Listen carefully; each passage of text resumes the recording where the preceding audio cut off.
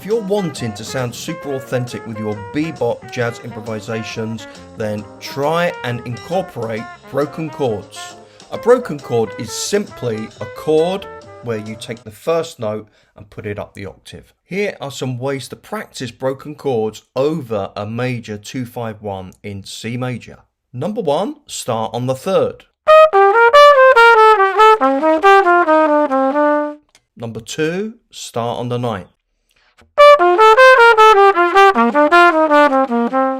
Number 3, start on the 7th.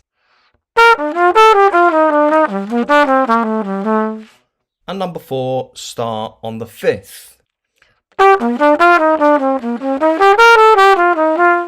So if we go back to the first one, what you'll notice is we go from the 3rd, the D minor, the 3rd, which is the F, and we end up hitting the 3rd of the G7, and then we end up hitting the 3rd of the C major 7th, the E.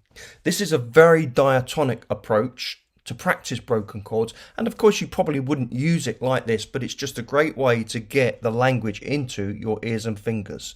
Here's 4 other ways where we're going to also incorporate chromatic enclosures. I've recently done a video on chromatic enclosures, and I'll put a link to that in the description.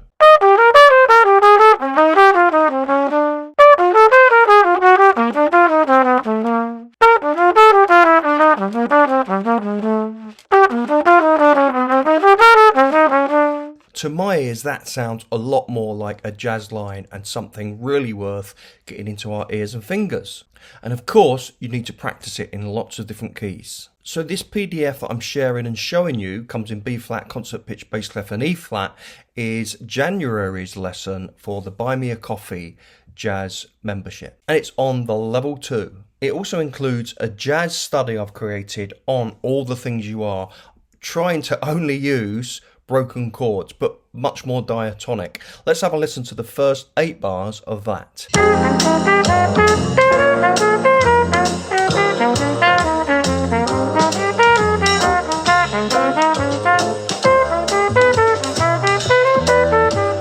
For me, practicing language, one type of language at a time, really stops the overwhelm, okay? Because we're only left with the chords and how we're going to apply that language to the chords. Of course, we have to know the chords, but then whether it's chromatic enclosures, whether it's 2-note enclosures, or whether it's like this, the broken chords, it's much easier to apply and get into our ears and fingers.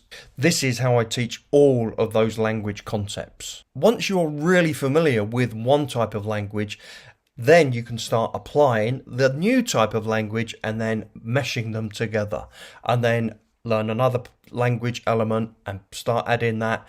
And as you progress, you're getting more and more bebop language elements into your own playing.